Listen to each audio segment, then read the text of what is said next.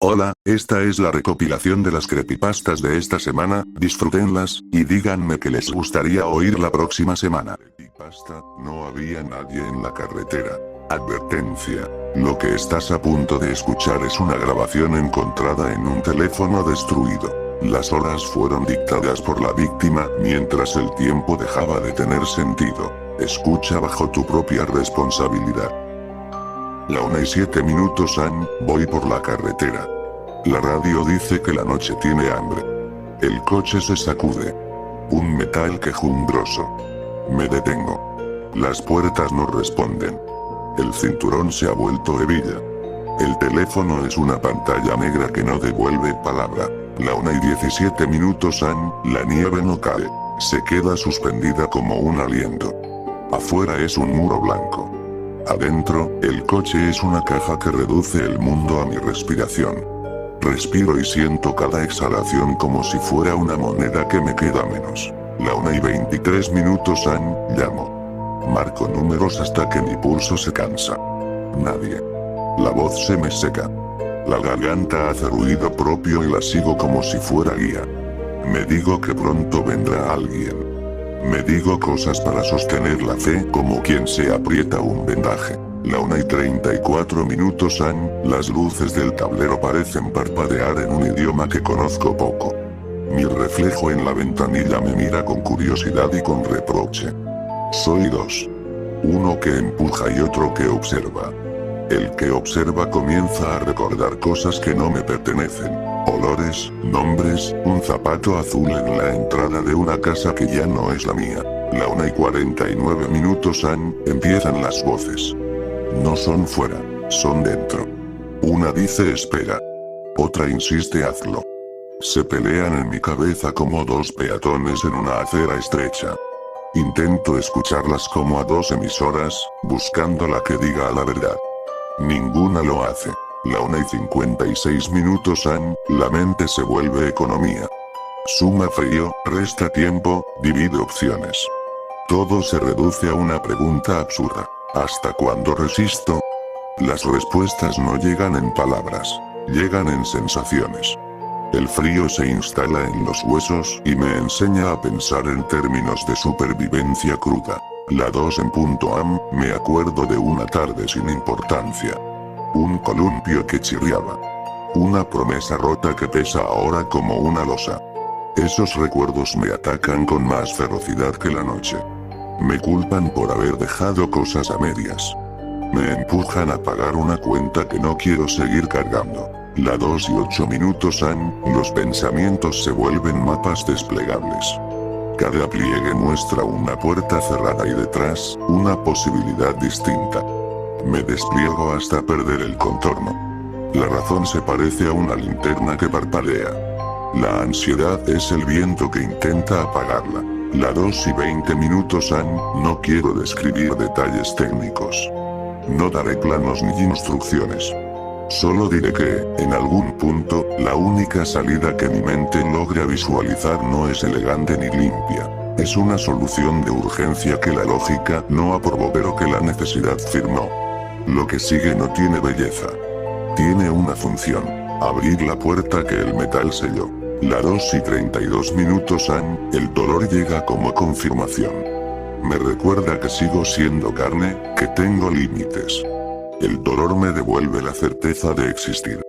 Lo que hice fue producto de una mente acorralada y una necesidad elemental. No hay ritual, no hay heroísmo. Solo una decisión hecha con manos que temblaban y ojos que se agarraban a lo mínimo. La 2:47 AM, salgo. La nieve me recibe sin sorpresa. La noche no pregunta por qué. Mis pasos son torpes. Camino como quien reíla un hilo que cree roto. La carretera está desierta y se extiende con una indiferencia perfecta. La 2:54 AM, veo luces a lo lejos. Primero, dos puntos diminutos. Luego el rectángulo de una farola que se desplaza. Pienso en un coche pequeño que frene. Pienso en alguien que mire y deje de ser fantasía. La esperanza aparece, diminuta, como una chispa temblorosa. La 2:59 AM, los faros son ahora dos lámparas que se aproximan con intención. La distancia se aplasta. La sombra que dibuja esa luz crece en mi pecho. No hay bocinas, no hay movimientos que alteren la inercia del mundo. Solo el avance de algo grande y competente. La 3:00 AM, lo que viene es una masa que domina la carretera. Un tráiler. Su longitud devora la noche. No espera miradas ni súplicas. Sus ruedas obedecen leyes que la desesperación no puede torcer. La máquina tiene paciencia y sigue su ruta, con la indiferencia exacta de los objetos que no juzgan. La 3:01 AM, el tiempo se ralentiza en mi interior. Cada segundo se estira como si la cuerda del reloj se deshiciera y mostrara sus fibras. Veo mi voz intentando salir, atrapada entre los dientes. Intento gritar y mi garganta es una puerta oxidada. La 3:02 AM, hay una luz que hace geometría en mi visión. Una línea que atraviesa. No siento la impresión de un golpe como se ve en películas. Siento una discontinuidad, como si un recorte hubiera sido hecho sobre mi historia. La máquina sigue porque las máquinas siguen. La noche continúa porque la noche no tiene moral. La 3:05 AM, quedé en la carretera como quien deja una cinta en pausa en medio de una frase. Hubo ruido y después una extensión de silencio distinta a la que conocía antes. El mundo olvida, a veces, como quien borra pizarras. Algunos recuerdos se desprenden para siempre. La 3:10 AM, escribo esto en la medida en que la memoria me lo permite. No pido compasión. No busco absolución. Quiero que se entienda una cosa. El terror que quiero dejar no es el espectáculo. Es la secuencia que lo constituye. Es la espera que envenena la mente. Es el momento en que una persona comienza a justificar lo que antes le daba repulsión. La 3:20 AM, la noche fue juez y no hubo defensor. La soledad fue jurado y falló con frialdad. La nieve fue un telón que ocultó pasos y pruebas. Al final, lo que queda no es un cuerpo o una factura. Queda la idea de que la mente, cuando está aislada, puede transformar la moral en cálculo y la esperanza en moneda. La 3:33 AM, si lo narran con mi voz, háganlo corto. No adornarlo con efectos. Que la voz sea seca. Que diga ahora sí que las horas suenen como advertencias. Que el silencio entre líneas sea largo. Eso es lo que asusta. La pausa, la repetición, la máquina que no se detiene. La 3:50 AM, pienso en quien escuche esto y en la facilidad con que cada uno guarda una historia sin cerrar. Pienso en palabras que dejaron de decirse y en el peso que toman con la noche. No busco consuelo para mí.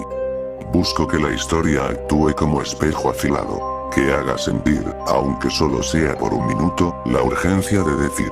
La 4:00 AM, la última cosa que traje conmigo fue un recuerdo. El columpio que ya no se mueve. Lo dejo aquí, para quien quiera verlo. La carretera siguió. Las luces se fueron. La noche cerró la carpeta sobre mí. Hasta la pirámide. Llegamos a El Cairo con la arrogancia de quien cree que ya nada puede sorprenderle. Marta tiene una cámara vieja colgando del cuello. Yo llevo un cuaderno y demasiadas preguntas. Queríamos pirámides, sol y polvo, no queríamos lo que encontramos. La entrada no estaba en las rutas turísticas. Era una fisura en la roca que apenas dejaba pasar la luz, y sobre ella había jeroglíficos que no encajaban con nada que hubiéramos visto en libros. Líneas que se doblaban sobre sí mismas, símbolos que parecían moverse si los mirabas demasiado tiempo. Marta los fotografió. Yo los copié. Uno de los signos volvía una y otra vez, como una advertencia que el tiempo había olvidado pronunciar. Las inscripciones contaban algo que la lengua humana no quiso nombrar. Hablaban de un sueño antiguo y profundo. Decían, sin decirlo, que si esa cosa despertaba, el mundo se desharía como un pergamino mojado.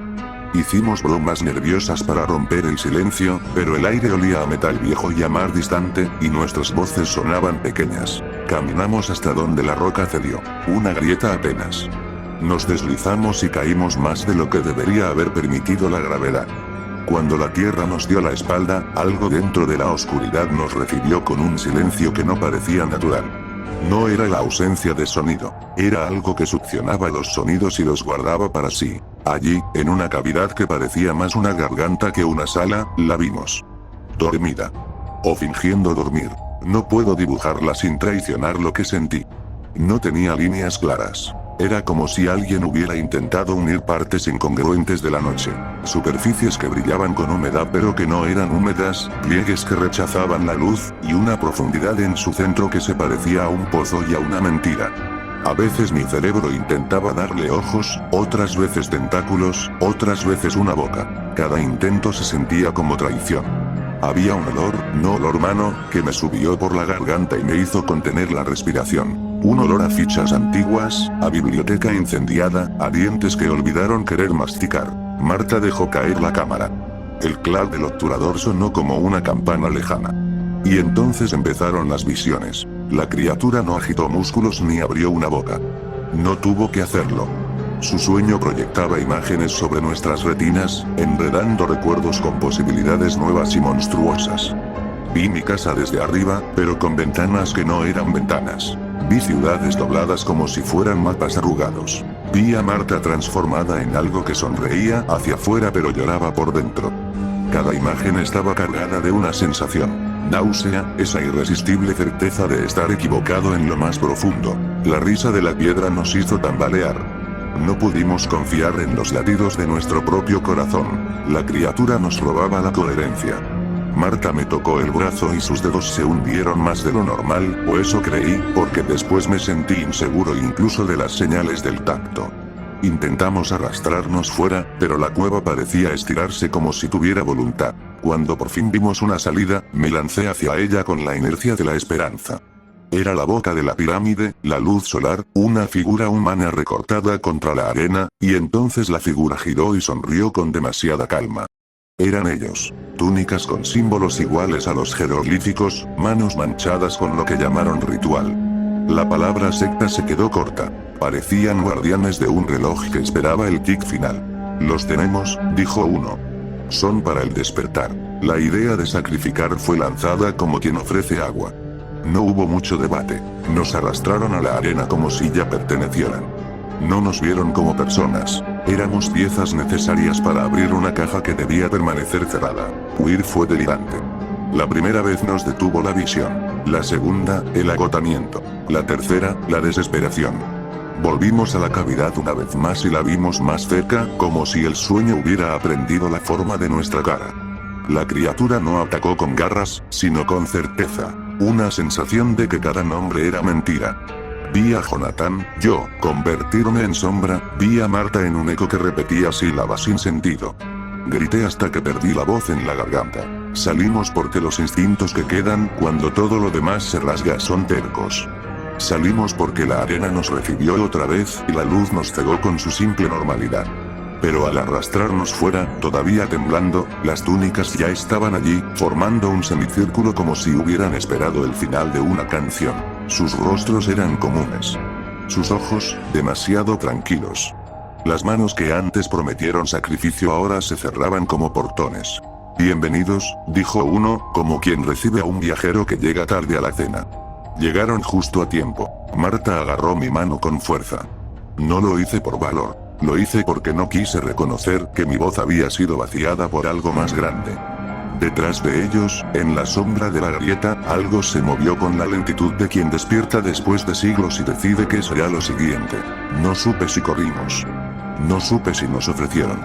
Solo sé que el mundo, por un instante, se sintió más pequeño y más frágil que un vidrio fino.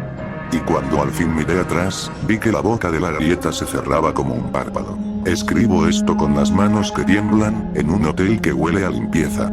Marta no habla mucho. La cámara está rota. Las fotos solo muestran oscuridad y ruido. A veces, por la ventana, la luz se inclina de una manera que no corresponde al sol. Si leen estas palabras, si alguien alguna vez las encuentra, no busquen las inscripciones que llevan nombres imposibles. No sigan las grietas que prometen viejos secretos.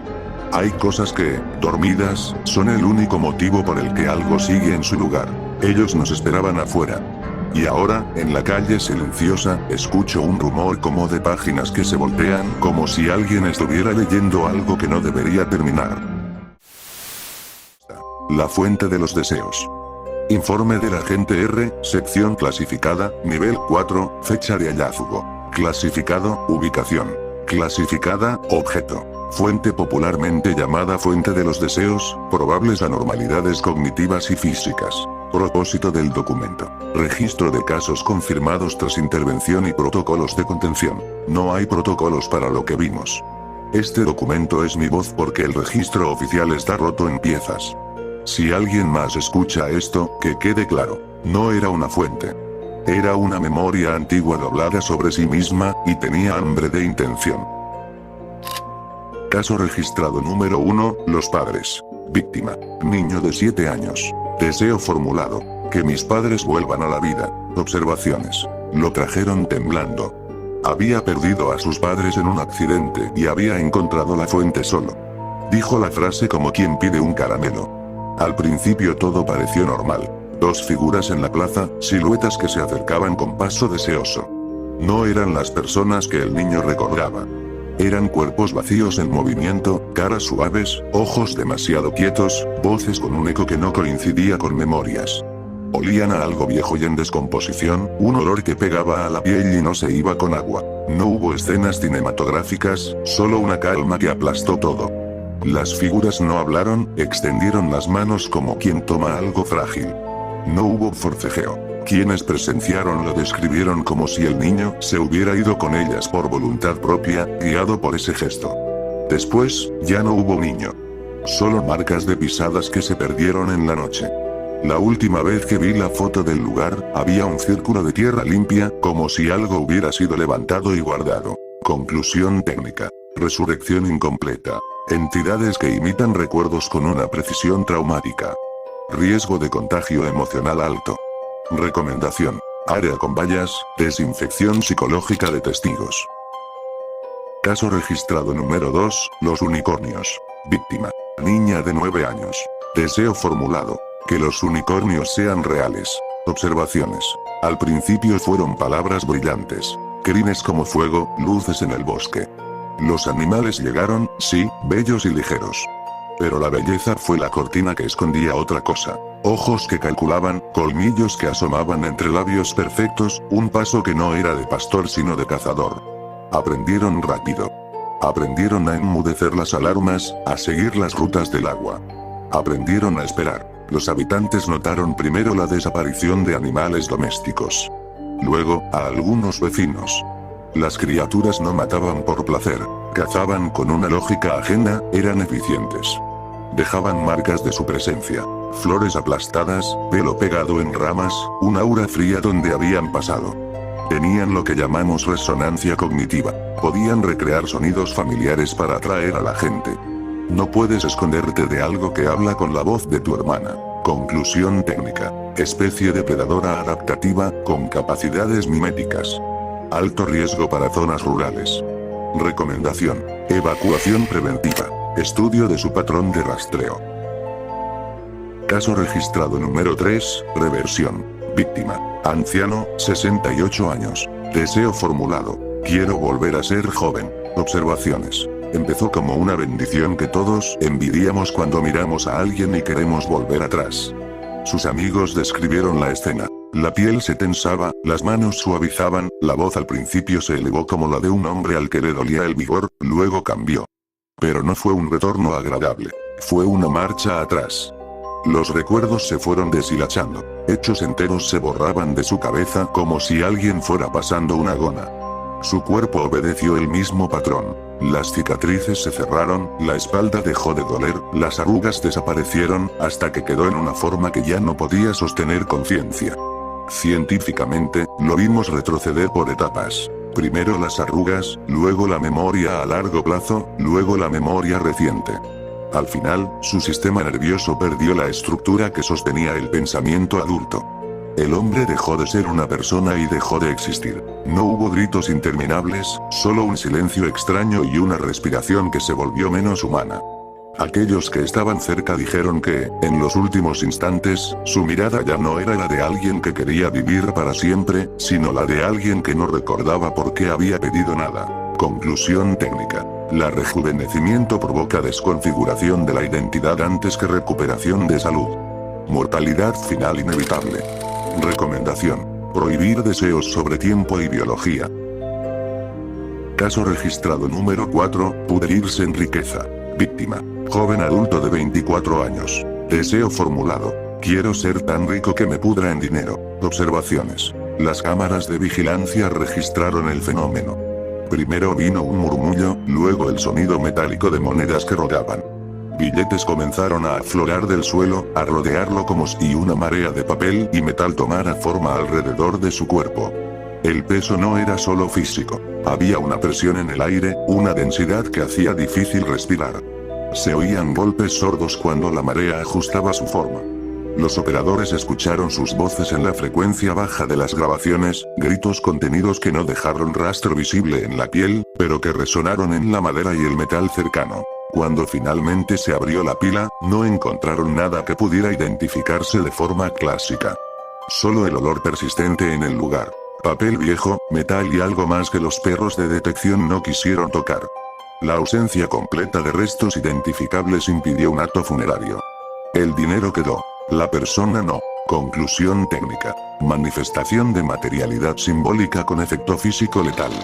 Recomendación. Control de deseos con contenido metafórico o hiperliteral. Caso registrado número 5, el intento de restauración. Víctimas. Población entera. Deseo formulado por comité gubernamental. Que todo vuelva a la normalidad. Observaciones. Creímos que éramos hábiles. Que con palabras precisas podíamos cerrar el hueco que abrió la fuente.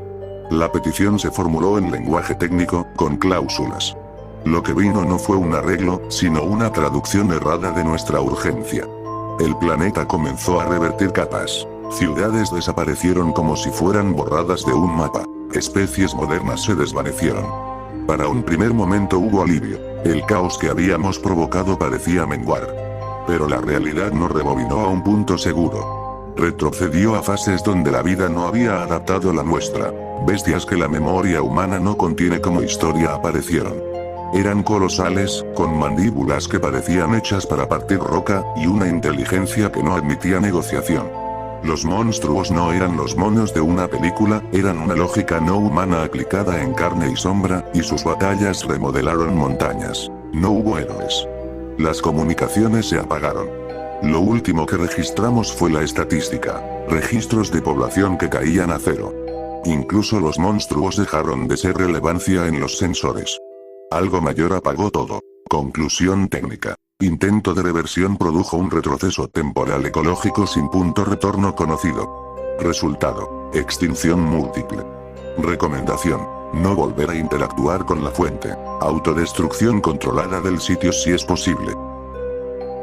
Fin del informe. No firmo con nombre completo por razones obvias. Esto quedó en un disco que ahora guardo en un lugar que ya no existe. A veces, en la noche, cuando cierro los ojos, escucho el agua de la fuente como si siguiera llamando deseos en la misma voz de quienes ya no están. Si alguna vez encuentras una fuente que te promete lo que tu corazón no puede soltar, recuerda, los deseos que devuelven no devuelven lo que perdiste. Devuelven algo que se parece a eso y que se queda con hambre. Este archivo termina aquí. Después de esta línea, todo lo que vino fue humo en las antenas. Agente R. Hay recuerdos que regresan sin avisar, olores, voces, risas que ya no existen. Este es uno de esos recuerdos. Íbamos camino a la universidad. Era temprano, todavía no salía bien el sol. Carlos manejaba, como siempre, con una mano en el volante y la otra marcando el ritmo de una canción que solo él conocía. Francisco iba atrás, criticándolo todo, pero sonriendo. Era su manera de decir que estaba bien. Yo miraba el mapa. Cuando el coche se detuvo, nadie se preocupó de inmediato. Carlos dijo que seguro era la batería. Francisco bromeó con que por fin teníamos una excusa para faltar a clases. Yo fui el único que miró alrededor. El silencio era demasiado limpio. El pueblo apareció al final del camino como si siempre hubiera estado ahí. Las casas eran viejas, pero cuidadas. Las ventanas abiertas. Las cortinas quietas. No había perros. No había niños. Cuando bajamos del coche, todos nos miraron al mismo tiempo. Luego sonrieron. Nos hablaron con una amabilidad casi excesiva. Nos ofrecieron ayuda antes de que la pidiéramos. Nos tocaron el hombro como si ya nos conocieran. Nadie preguntó de dónde veníamos. Nadie preguntó a dónde íbamos. Eso debió ser una señal. Las chicas aparecieron después. Risas suaves. Miradas largas. Una cercanía que se sentía ensayada. Carlos estaba encantado. Francisco fingía que no le importaba, pero yo notaba cómo enderezaba la espalda cuando ellas se acercaban. Nos invitaron a una fiesta esa misma noche. El pueblo celebraba su aniversario. ¿Cuántos años? Pregunté. Muchos, respondieron. Los suficientes. La música era baja. No para bailar, sino para llenar el silencio. La comida ocupaba toda la mesa. Platos que no reconocía. Olores que abrían el apetito aunque no quisiera comer. El primer bocado fue increíble. El segundo, mejor. Carlos cerró los ojos al probarlo. Dijo que nunca había comido algo así. Francisco levantó su vaso, brindando por la hospitalidad. Yo sonreí, pero algo dentro de mí no se relajaba. Mientras masticaba, sentí una textura distinta. No era hueso. No era grasa. Era algo que no encajaba. Lo aparté con cuidado, tratando de que nadie lo notara. Cuando lo vi bien, el estómago se me cerró. El sabor seguía ahí, perfecto, pero ahora me parecía sucio. Incorrecto. Me mareé. El ruido de la fiesta se apagó un poco, como si alguien hubiera cerrado una puerta invisible. Sentí que todos me observaban. ¿Estás bien? Preguntó Francisco, acercándose. Lo miré. Vi su cara relajada, confiada, y sentí miedo por él. Tenemos que irnos, susurré. No entendió. Nadie entendió. Carlos ya no estaba en la mesa. Las chicas dijeron que había salido a caminar. Que luego volvería. Sonreían mientras lo decían. Nos ofrecieron quedarnos a dormir. Yo me negué. Francisco dudó. Y entonces, la noche se volvió negra. La oscuridad no llegó de golpe. Primero fue un zumbido. Luego, la sensación de caer hacia adentro de mí mismo, como si el cuerpo se hundiera mientras la mente quedaba flotando. Desperté con la garganta seca y un peso aplastándome el pecho. Tardé varios segundos en entender que estaba atado. La habitación era pequeña. El foco del techo parpadeaba, encendiéndose y apagándose con un ritmo irregular, como si también estuviera cansado. Cada vez que la luz fallaba, el miedo se hacía más grande. Podía oír mi propia respiración, rápida, desordenada. Intenté mover las manos.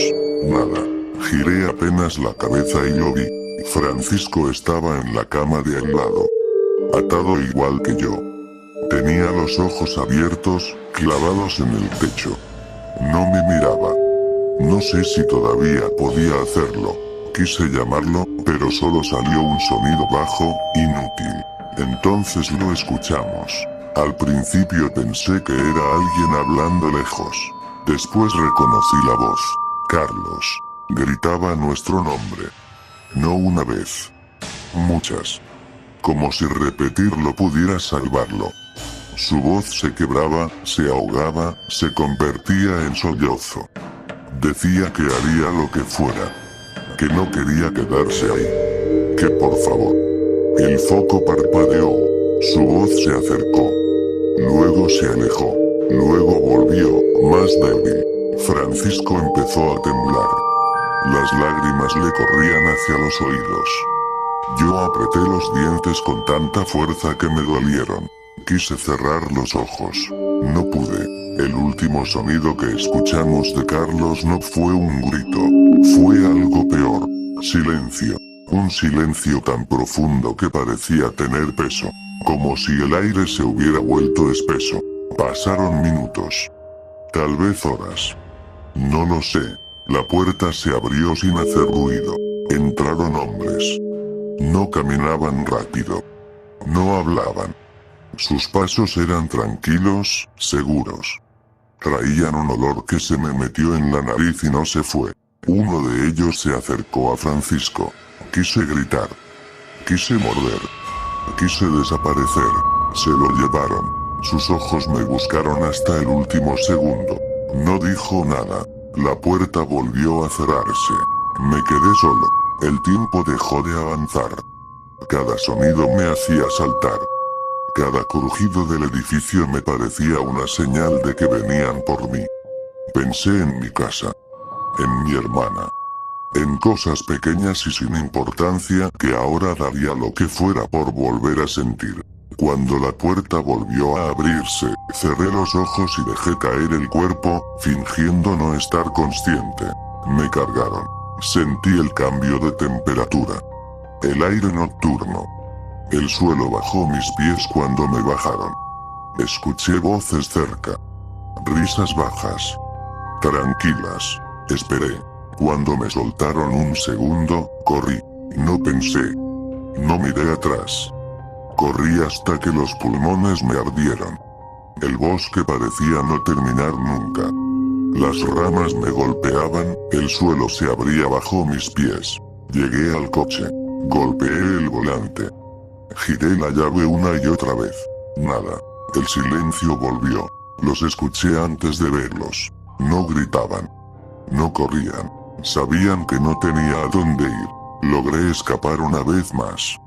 La carretera apareció como un milagro. Un camión se detuvo.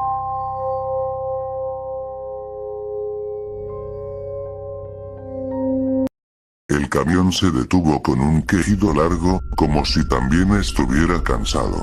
Subí sin mirar al conductor. Me senté y abracé mis propios brazos. No podía dejar de temblar.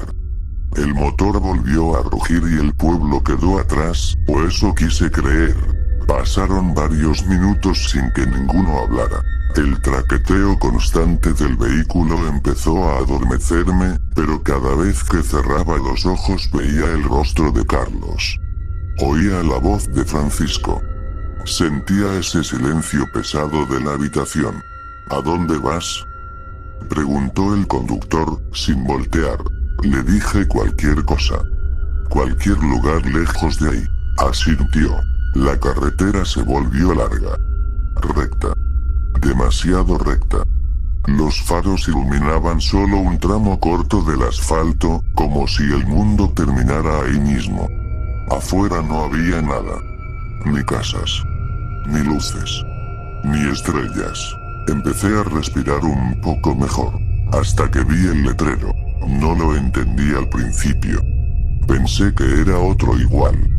Otro pueblo con el mismo nombre. Pero el óxido, la inclinación torcida, era el mismo. No, susurré. El conductor frenó de golpe. El camión se sacudió violentamente. Todo se volvió ruido, metal, oscuridad. Sentí como el mundo giraba sin control y luego, nada. Solo un golpe seco y el silencio. Cuando volví en mí, el motor estaba apagado. El aire era denso. Me costaba respirar. No podía moverme bien. Algo me presionaba. No sabía cuánto tiempo había pasado. El conductor no respondía. Intenté gritar. Mi voz apenas salió. Afuera, la noche era absoluta. Escuché pasos. No apresurados. No torpes. Caminaban como quien sabe exactamente a dónde va. Las siluetas aparecieron entre la oscuridad, acercándose despacio al camión. La luz de los faros rotos iluminó sus rostros por momentos. Eran ellos. Los dos hombres. Sonreían. No una sonrisa grande. No exagerada. Una sonrisa tranquila. Satisfecha. Me miraban como si yo fuera algo que habían extraviado y por fin encontrado. Sus ojos no tenían sorpresa. Tenían hambre. Una paciencia antigua, aprendida. Golpearon suavemente la puerta del camión. Esperaron. Yo lloraba en silencio, atrapado, incapaz de moverme. Cada respiración era un esfuerzo. Cada segundo se estiraba como si el tiempo se negara a avanzar. Uno de ellos inclinó la cabeza, observándome mejor. El otro soltó una pequeña risa, baja, casi cariñosa. Como si estuvieran contentos de verme. Ahora grabo esto con lo último que me queda de fuerza. Los escucho hablar afuera, calmados, como si planearan algo cotidiano. ¿Y estás oyendo esto? No vengas. Este pueblo no persigue, no corre, solo recupera lo que es suyo. Bien, espero que las hayan disfrutado, y si tienes tu propia historia o una anécdota aterradora, no dudes en dejarla en los comentarios para que aparezca en algún vídeo. Adiós.